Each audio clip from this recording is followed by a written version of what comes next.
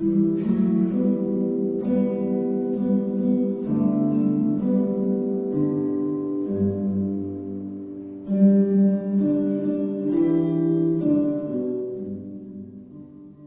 fellow Christmas lovers and enthusiasts. You are listening to Closer to Christmas. Today is August 22nd. That means there are 125 days left until Christmas. I'm going to take a break from the topic at hand this week, which is television shows that have Christmas episodes that you might not remember.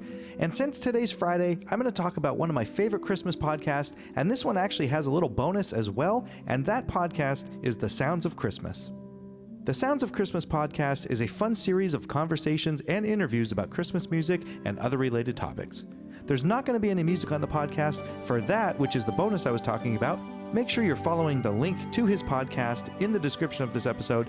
And while you're on their website, you can click the banner and you can listen to Christmas music 24/7, except for in October, because that is when Ken plays Halloween music. So make sure you're checking it out.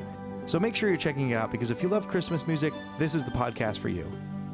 And remember, the next time you hear my voice and this podcast will all be a little bit closer to Christmas. Thanks for listening.